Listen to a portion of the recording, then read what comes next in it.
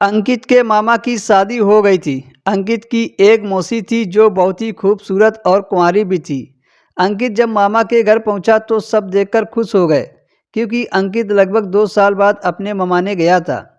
शाम के खाने में मामा ने खूब अच्छे अच्छे पकवान बनाए थे।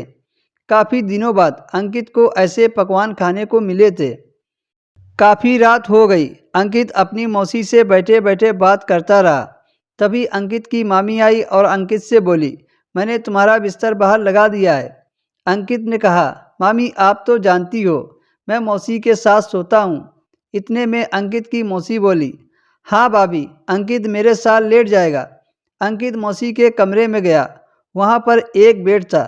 मौसी के कमरे के बगल में मामी का कमरा था। मौसी बेड के एक किनारे लेट गई और लेटते ही सो गई। पर अंकित को नींद नहीं आ रही थी, इसलिए वो बार बार करवटें बदल रहा था। तभी अंकित ने मामा के कमरे से अजीब सी आवाज़ें सुनी, जैसे कोई लंबी लंबी सांस ले रहा हो। अंकित ने खिड़की के छेद से देखा तो उसकी आंखें खुली की खुली रह गई। ये नज़ारा देखकर उसे अजीब सा महसूस होने लगा। उसके बाद मामा मामी कपड़े पहनकर सो गए। अब अंकित के दिमाग में अजीब सा तूफान जाग गया। तभी अंकित ने करवट ली तो वो सीधा मौसी के पास पहुंच गया।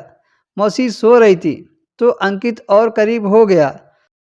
उसी समय मौसी ने भी अंकित की तरफ करवट ली और दोनों का चेहरा आमने सामने हो गया। अंकित ने 5 मिनट तक इंतजार किया कि तभी अंकित ने महसूस किया कि मौसी की सांसें तेज हो गई हैं। अंकित समझ गया कि मौसी भी तैयार हैं। अब अंकित के अंदर और हिम्मत आ गई। अब अंकित के सामने मौसी नहीं, एक औरत नजर आ रही थी। अब अंकित अपना रिश्ता भूल चुका था और उसने वो कर डाला जो उसके मामा मामी कर रहे थे। उस रात के बाद अंकित की ज़िंदगी बदल गई। अंकित सुबह उठा और अपनी मौसी से कुछ नहीं बोला। मौसी ने अंकित को नाश्ता करवाया।